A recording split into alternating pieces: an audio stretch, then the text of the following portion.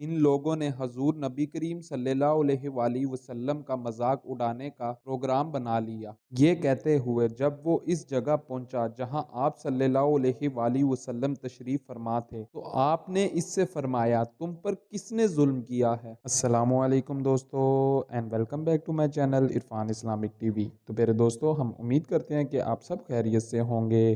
ہماری دعا ہے کہ اللہ تعالیٰ آپ سب کو اپنے حفظ و ایمان میں رکھے۔ میرے دوستو، آج ہم بات کرنے جا رہے ہیں سیرت النبوی ایپیسوڈ نمبر 39 پر۔ عنوان ہے حق دلوا دیا۔ تو میرے دوستو، اس ویڈیو کو لاسٹ تک لازمی دیکھیں، اور اگر آپ ہماری چینل پہ فرسٹ ٹائم ہیں تو سب سے پہلے ہمارے چینل کو سبسکرائب کر دیں، ساتھ بیل آئیکن کے بٹن کو پریس کر دیں تاکہ ہر فیوچر میں نئے آنے والی ویڈیو کا نوٹیفیکیشن سب سے پہلے پہنچ سکے آپ تک۔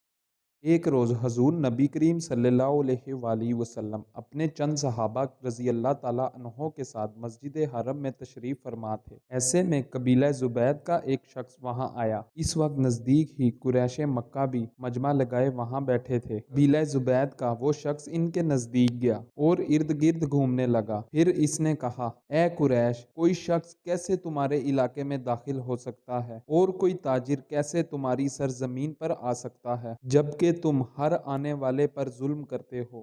یہ کہتے ہوئے جب وہ اس جگہ پہنچا جہاں آپ صلی اللہ علیہ وآلہ وسلم تشریف فرما تھے تو آپ نے اس سے فرمایا، تم پر کس نے ظلم کیا ہے؟ اس نے بتایا، میں اپنے اونٹوں میں سے 3 بہترین اونٹ بیچنے کے لیے لے کر آیا تھا، مگر ابو جہل نے یہاں ان تینوں اونٹوں کی اصل قیمت سے صرف 1/3 قیمت لگائی، اور ایسا اس نے جان بوجھ کر کیا کیونکہ وہ جانتا ہے وہ اپنی قوم کا سردار ہے۔ اس کی لگائی ہوئی قیمت سے زیادہ رقم کوئی نہیں لگائے گا۔ مطلب یہ کہ اب مجھے وہ اونٹ اس قدر کم قیمت میں فروخت کرنے پڑیں گے۔ یہ ظلم نہیں تو اور کیا ہے؟ میرا تجارت کا یہ سفر بیکار جائے گا۔ نبی کریم صلی اللہ علیہ وآلہ وسلم نے اس کی پوری بات سن کر فرمایا، تمہارے اونٹ کہاں ہیں؟ اس نے بتایا، یہی غزوہ کے مقام پر ہیں۔ آپ اسی وقت اٹھے، اپنے صحابہ کو ساتھ لیا، اونٹوں کے پاس پہنچے۔ آپ نے دیکھا اونٹ واقعی ہی بہت عمدہ تھے۔ آپ نے اس سے ان کا بھاؤ کیا،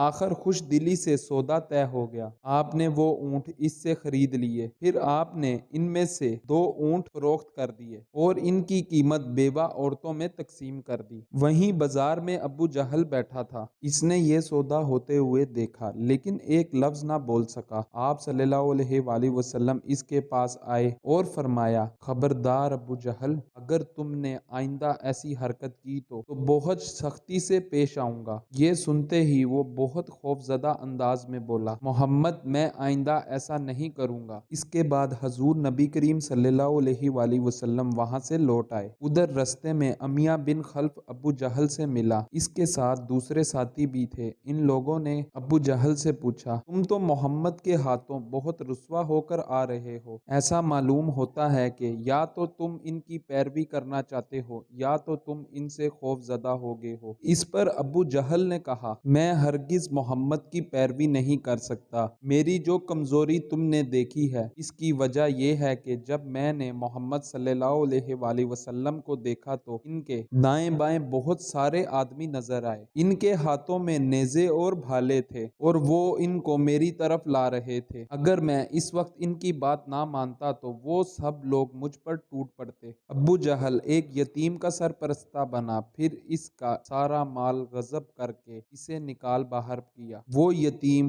حضور نبی کریم صلی اللہ علیہ وآلہ وسلم کے پاس ابو جہل کے خلاف فریاد لے کر آیا۔ حضور نبی کریم صلی اللہ علیہ وآلہ وسلم اس یتیم کو لے کر ابو جہل کے پاس پہنچے۔ آپ نے اس سے فرمایا، اس یتیم کا مال واپس کر دو۔ ابو جہل نے فوری مال اس لڑکے کے حوالے کر دیا۔ مشرکین کو جب یہ بات معلوم ہوئی تو بہت حیران ہوئے۔ انہوں نے ابو جہل سے کہا، کیا بات ہے، تم اس قدر بزدل کب سے ہو گئے کہ فوری ہی مال اس لڑکے کے حوالے کر دیا؟ اس پر اس نے کہا، محمد کے دائیں بائیں مجھے بہت خوفناک ہتھیار نظر آ رہے تھے، میں ان سے ڈر گیا۔ اگر میں اس یتیم کا مال نہ لوٹاتا تو وہ ان ہتھیاروں سے مجھے مار ڈالتے۔ قبیلہ ہاشم کی ایک شاخ عراشہ تھی،